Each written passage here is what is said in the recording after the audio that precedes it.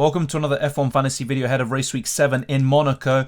Finally, I'm able to record this video, and this is actually recorded after the practice sessions on Friday. So I'm going to also include the results there and talk about how it influences my team selection. But before we do that, I'm also going to be evaluating my Raceweek 6 performance in Catalonia. So let's get straight into this. What you see on screen is actually my third team. So Verstappen won the race. He got 45 points. Leclerc DNF'd, and he was my turbo driver, and he pretty much was in my first team as well, and he got 10 points overall. Ferrari were very disappointing, but luckily I did have Red Bull in my other two teams, as I'll be discussing very shortly. Ocon did very well once again, and actually the sentiment is quite positive with him, so that's pretty good. And this team is quite different to the others. I think the other two teams are pretty much identical, but there could be more changes heading into Monaco, as I'll discuss very shortly. Magnussen was a huge disappointment because he did very well in qualifying, but then had that collision with Hamilton at the beginning of the race, and he's pretty much a mainstay in all of my squad, so it was a big shame to see him missing out on so many points, and in the end actually getting -1. I mean, that's the kind of worst thing that can happen in Formula 1. But now let me show you my second team,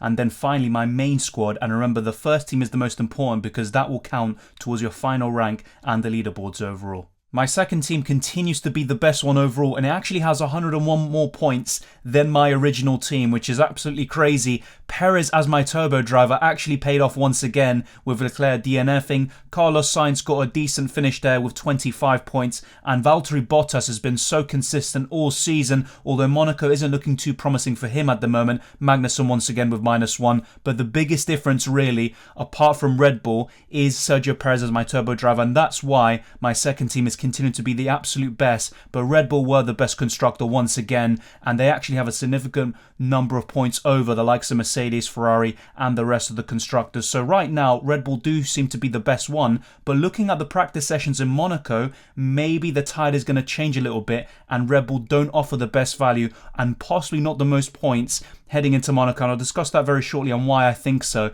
But let me show you all of my three teams side by side after the evaluation of my first team. As you can see, I scored 200 points with my main team, which is what counts, and I'm around 37k overall rank. But if my second team was actually my first, obviously that's a bit of wishful thinking there, I could be in such a great rank at the moment. My team 2 is just doing an absolute blinder at the moment, but I'm still very happy with my current position. And as you can see, I've got the exact same constructor and drivers as my other team, but the main difference was turbo driving Charles Leclerc instead of Sergio Perez, and also throughout the whole season, my second team just have been consistently better throughout. So still a very solid team. I'm going to look to differentiate teams 1 and 2 in the future, but the main aim really is to get my team 1 to be the very best squad overall. But very happy with my rank. Let me know which rank you're at the moment. Be sure to join the Discord server. There is an F1 channel there, as well as FP1 UCL Fantasy. If you haven't checked that content already, then be sure to do so. There's going to be a UCL Fantasy deadline stream tomorrow for the Champions League final, so be sure to tune in for that.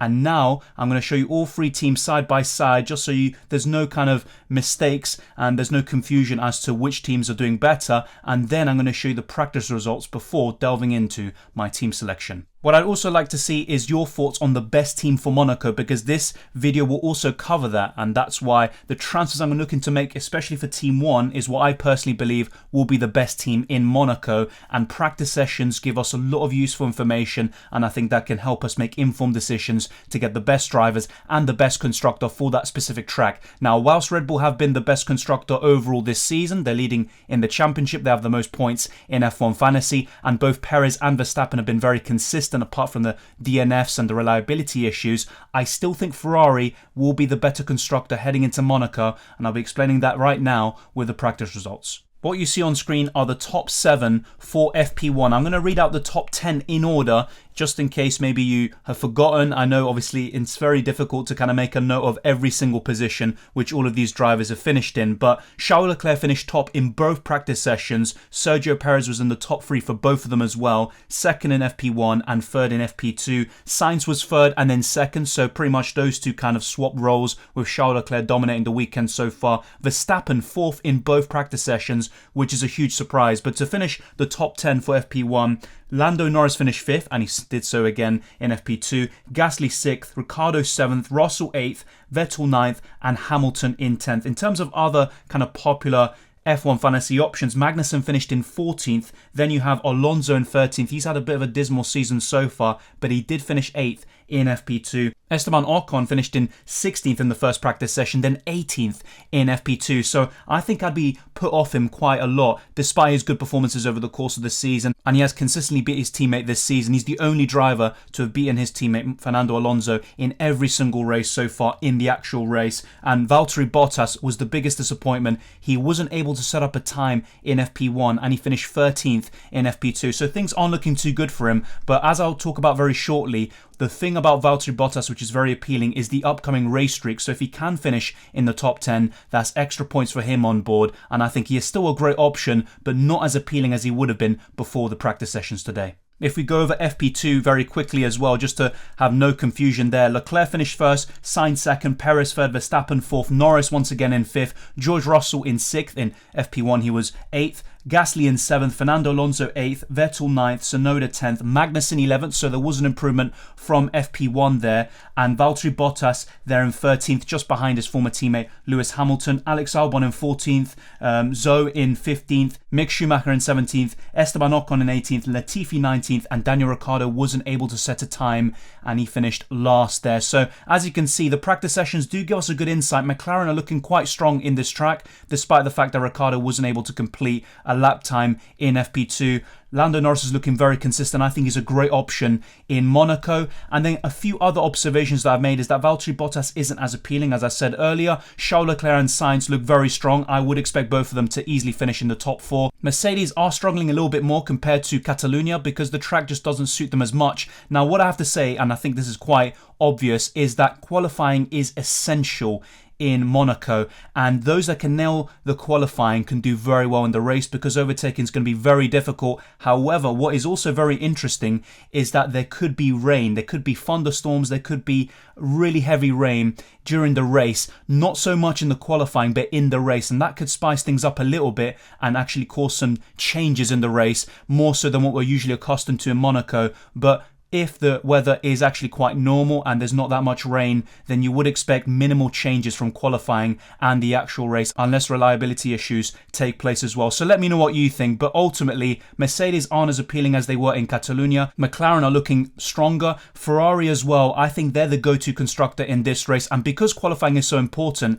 if Leclerc and Sainz can get 2 of the top 3 positions there, I think they're in a great position, and therefore Ferrari is the best constructor in Monaco. Moving back to my third team, I think I will be making some changes here because despite the fact that it's significantly different from my top 2 teams, I might actually get rid of Verstappen this week. I'm not too convinced he's going to get the victory here, especially if he doesn't qualify on pole. Yet again though, the weather on Sunday is going to be crucial and that could change everything, and therefore Red Bull and Verstappen could ultimately triumph by the end of the Sunday result. But let's wait and see. Ocon, I think, is going to be making way despite his very good performances this season, and he's a really good enabler at his price. But I think I will be making some changes here, and I think Lando Norris is someone I have in mind for all of my teams. So if I decide to get him for my main team, then I will change things up a little bit in this one and maybe go for George Russell for Verstappen and maybe Sainz for Ocon and go all out on Ferrari in this build. So that's what I'm looking to do with Team 3. Now let me show you what I'm looking to do with my top 2 teams. And Team 2 right now is on a flyer, but ultimately Team 1 is what I'm really focusing on, and that's what I want to perform best overall. For Team 2, I think once again I'm going to go different with the captaincy or the turbo driver, and I think I will go for Sergio Perez. But what I might do actually with this build is keep everything the same here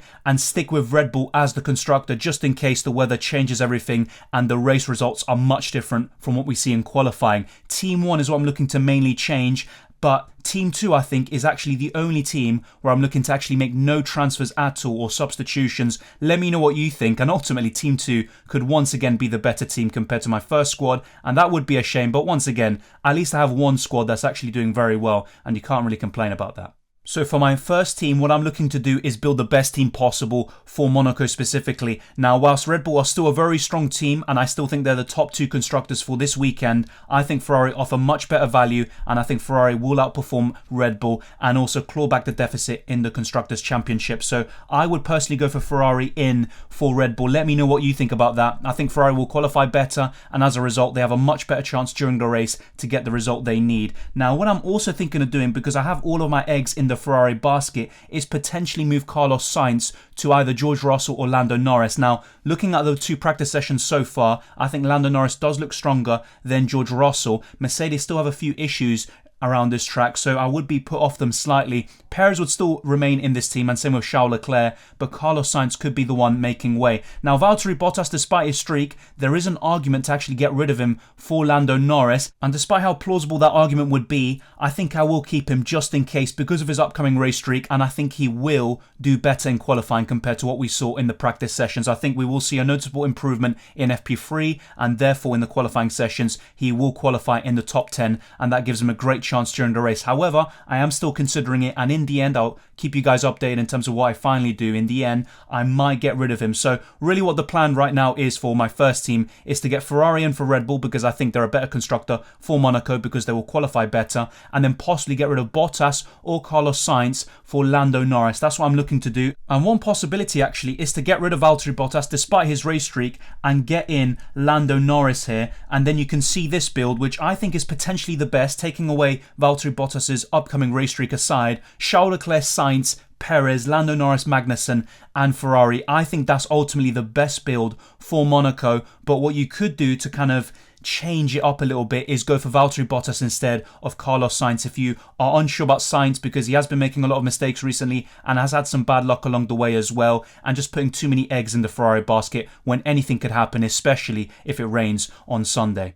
To recap, my first two teams are identical, but for my second squad, what I'm looking to do is to turbo drive Sergio Perez, and for my first team, I'm going to look to make some substitutions, keep everything the same with squad 2, but for team 1, what I'm looking to do is getting Lando Norris for Valtteri Bottas or for Carlos Sainz, and to get Ferrari in for Red Bull. Let me know what you think the best build for Monaco is, and what do you think of all of my teams? Which changes would you make for all of them? I'd be very glad to hear all of your opinions and constructive feedback, and if you enjoyed this video or found it useful, smash the like button and subscribe for new. Let's try to get this video to 100 likes. We're going to build over time this F1 Fantasy community, but we can definitely do so, and it'd be much appreciated. So all the best of luck for Race Week 7, and you can follow me on Twitter and Instagram, DylanRCM, for all the latest F1 Fantasy updates, as well as FPL and UCL Fantasy. And what else I want to actually show you is this website, which was actually brought to my attention during the Discord server, so thank you very much to all of you. So F1FantasyTracker.com tracks the sentiment, and it's a very good tool. It actually updates every few minutes for both drivers and constructors, and it gives you a very good idea of which drivers and teams